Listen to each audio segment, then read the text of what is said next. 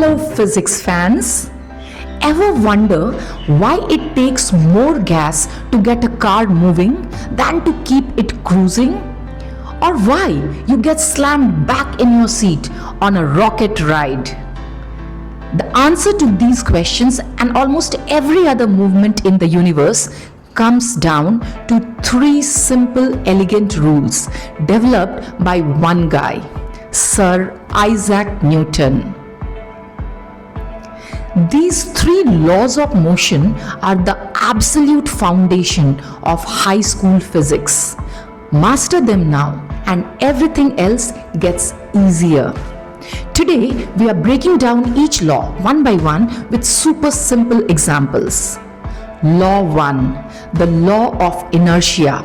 Newton's first law states an object at rest stays at rest, and an object in motion stays in motion with the same speed and in the same direction, unless acted upon by an unbalanced force. What does that mean? It means things are lazy. They resist changes to their current state. This property is called inertia. Demonstration time.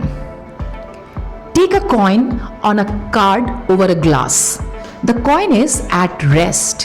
When I quickly flick the card out, the card moves, but the coin wants to stay at rest. Gravity then pulls it straight down into the glass. That's inertia. The most common example is the seat belt. If your car suddenly brakes, you keep moving forward because of your inertia. You resist the change in motion. The seat belt is the unbalanced force that acts on you to bring you to rest. Always wear your seat belt. So, remember, the first law is about balance.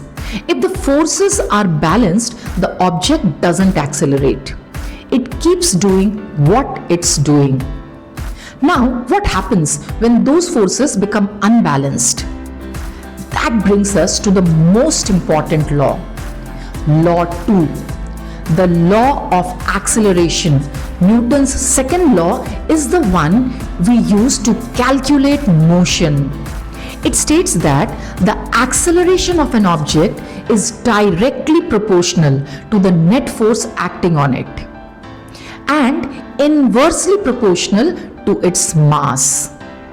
In simple terms, force equals mass times acceleration, or the famous formula F equals ma. Let's break down. It tells us two things. 1. Force and acceleration. If you apply a bigger force, you get a bigger acceleration. Think about a baseball. If I gently tap it, it moves slowly. If I hit it hard, it moves much faster. 2. Mass and acceleration. If I apply the same force to two objects, the one with more mass will have less acceleration. Imagine you are at the grocery store. It's easy to push a light shopping cart. But if you are trying to push a heavy refrigerator with the same effort, it barely moves. You have the same force, but the massive refrigerator has tiny acceleration. The second law is how we calculate the forces that launch a rocket or stop a bullet. If you know two of the variables, you can always find the third. Awesome. So the first law tells us when forces are acting, and the second law tells us how they affect motion. But where do these forces even come from? That's where the third law comes in. Law 3, the law of action-reaction. Newton's third law is often misunderstood, but it's the simplest. It states for every action there is an equal and opposite reaction. Forces always come in pairs. If object A exerts a force on object B, then object B exerts an equal and opposite force back on object A. Let's look at two great examples. One, walking. When we walk, we push backward on the ground. That's the action.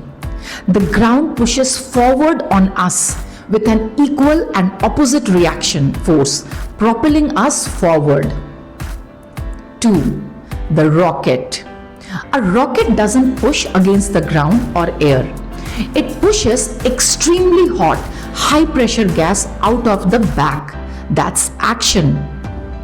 The gas in turn pushes forward on the rocket with the same force, reaction, sending it into space. That's it. The three laws that explain all motion. Here's a quick recap. Law 1 is about inertia. Objects are lazy. Law 2 is about unbalanced forces cause acceleration. And law 3 is about action-reaction. Forces always come in pairs. Understanding these laws is your key to mastering physics, momentum, and energy. Now, for your homework. Which law best explains why a cannon recoils, that is, moves backward when it fires a cannonball? Drop your answer in the comments below. If you found this helpful, hit that like button and subscribe for more 9th and 10th grade science breakdowns. Next week, we are jumping into a tough chemistry topic, the mole concept and molar mass. I'll see you then.